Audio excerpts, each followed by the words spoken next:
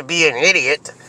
We got these protesters in Minneapolis who are looking for this judge that made a decision about not wanting cameras in the courtroom, so they go to the judge's house to try to threaten her, intimidate her, ruin her white privilege dinner, all because they want to take pictures of the jurors. If that's not attempting to intimidate a jury, and even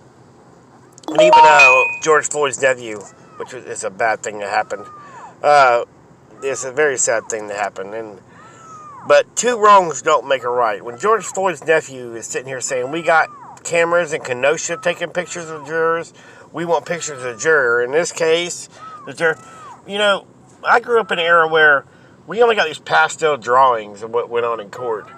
And because the Bundy trial had people in the courtroom filming it.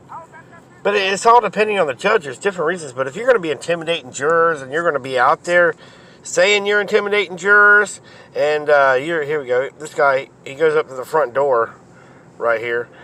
If you're saying your whole reason is to get photos of the jurors to find out who they are, I can understand a judge not allowing cameras in the courtroom. It's just how it is. You can't. Am I wrong in all the trials that I know about that no one knows who the jurors are except for the court, and that's kept private and that's kept under lock and key. Now afterwards, some jurors will come out. I remember some jurors coming out after Casey Anthony, after O.J. Simpson trial. There's been a few times, but these idiots want to go to the judge's house and go knock on her door and ruin her dinner and ask her why she ain't allowing cameras in the courtroom.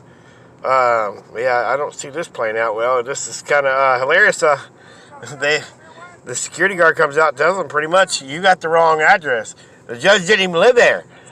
They got the wrong address. Their information was so bogus, and they worked up all in emotion and trying to go after this and all pissed off.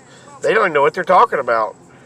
Let's see, what else? This is a practice run. Then they were saying something about, I had the audio on, if you find this on Twitter, they'll like, somebody's taking pictures of us. You want to take pictures of jurors, but you got a problem somebody takes pictures of you standing out in public? I mean, what do you expect? What's good for the goose is good for the gander. I mean, come on, guys.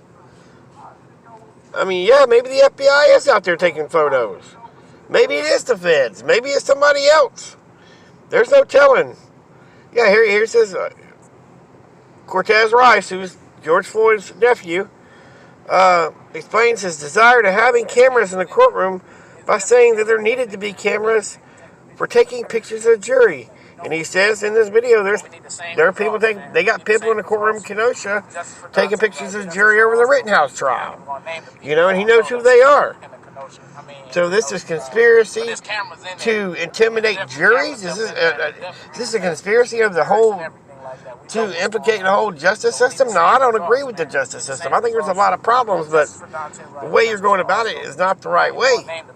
You can't go around, the juror is not the one to mess with. But there's cameras in there. It's definitely cameras up in there. And it's definitely, but America is still the greatest country on earth. Y'all have a good one.